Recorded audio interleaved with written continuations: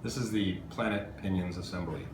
We have the Planet Cage subassembly, the Planet Pinions, the pinion pin springs, and the pinion pins.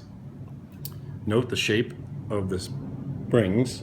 They are cone shaped, and there's a small diameter at the top and a large diameter at the bottom. It's very important that they're installed in the correct orientation.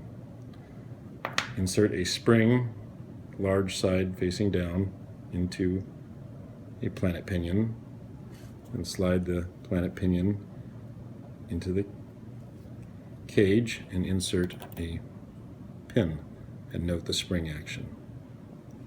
And do the same for the other three.